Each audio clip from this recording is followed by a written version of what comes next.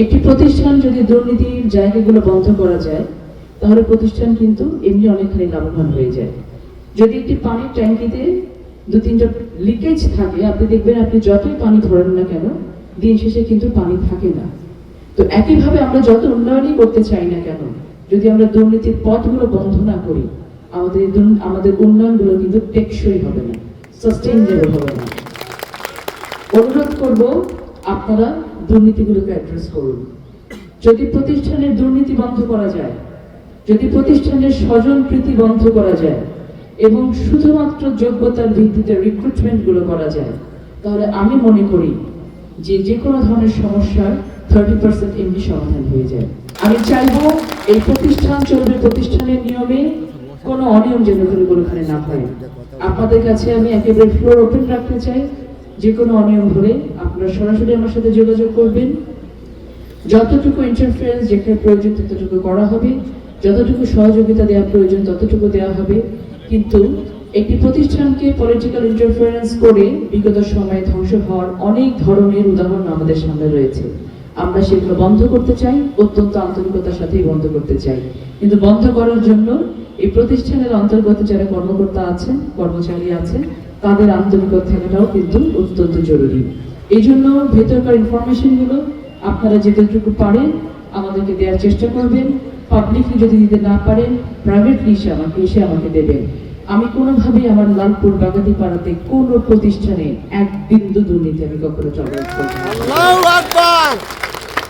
Hot আর সুইটনেসের perfect ব্যালেন্সে যে কোনো স্ন্যাক্সের আসল মজা আনে রুচি হট টমেটো সস। রিক্রুটমেন্টের ক্ষেত্রে, চাকরির ক্ষেত্রে যদি কোনো টাকা পয়সার আদান প্রদানের কোনো তথ্য আমার কাছে আসে, আমি ইমিডিয়েট ব্যবস্থা গ্রহণ করবো।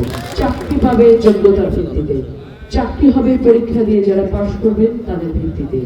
এর বাইরে আপনাদের কাছে যদি কোনো তথ্য থাকে, কোনো কর্মচারী, কোনো কর্মকর্তা অথবা কোনো পলিটিক্যাল কোনো পার্সন যদি কোনো চাকরির বিষয়ে কোনো ধরনের আর্থিক আদান প্রদানের তথ্য আপনাদের কাছে আসে, আপনি ইমিডিয়েটলি আমাকে বিষয়টা জানাবেন। আমি আশা করি আজকের পর থেকে এই বিষয়গুলো সকলে সচেষ্ট হবেন। রিজিক আল্লাহ তাআলার দেয়া, আমরা মাধ্যম মাত্র। এই জন্য যে যতটুকু যোগ্যতা নিয়ে এসেছে তার সেই যোগ্যতার ভিত্তিতে কাজ হবে, কর্মক্ষম হবেন এবং সেভাবে তারা তাদের কাজ পরিচালনা করবে। আমরা চেষ্টা করব যে সুগার মিলের উত্তরোত্তর উন্নয়নের জন্য যত ধরনের লজিস্টিক্স এখানে হেল্পসের প্রয়োজন আছে, দক্ষ জনবল নিয়োগের প্রয়োজন আছে, আপনারা সেটা করবেন। এটা আপনারা আমার থেকে অনেক বেশি ভালো বুঝবেন। আমি আপনাদেরকে আজকে আপনাদের পাশে থেকে, সুখে দুঃখে পাশে থেকে সুগার মিলের উন্নয়নের জন্য যে কোনো ধরনের পদক্ষেপ নেওয়ার জন্য পাশে থাকবো বলে আমি আজকে আপনাদের কাছে ওয়াদাবদ্ধ হয়ে যেতে চাই এবং আপনাদের কাছে সহযোগিতা চাই, আপনাদের কাছে দোয়া চাই, সহযোগিতা চাই। যে আপনারা যদি আন্তরিক সহযোগিতা না করেন তাহলে আমি যে কথাগুলো বললাম এই কথাগুলো কিন্তু আমার পক্ষে পালন করা সম্ভব হবে না। মনে রাখতে হবে যে আমরা যারা জনপ্রতিনিধি হয়ে এখানে আসি, আল্লাহ তাআলার অশেষ কৃপা আমাদের সাথে থাকে, তার সাথে থাকে হচ্ছে জনগণের চাওয়া পাওয়া এবং তাদের ম্যান্ডেট। আমাদের কিন্তু 5 বছর পরে এই জনগণের কাছেই ফিরতে হবে।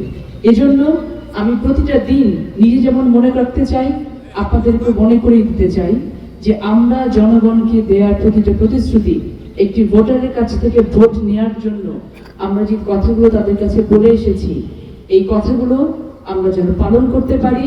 আপনারা সেই সহযোগিতা করবেন এবং আপনারা দোয়া করবেন আমার জন্য, যেন আপনাদের সন্তান হয়ে যে সম্মান নিয়ে আমি এখানে এসেছি, আবার যখন 5 বছর পরে ওই সম্মানের সাথেই যেন আমি এখান থেকে যেতে পারি।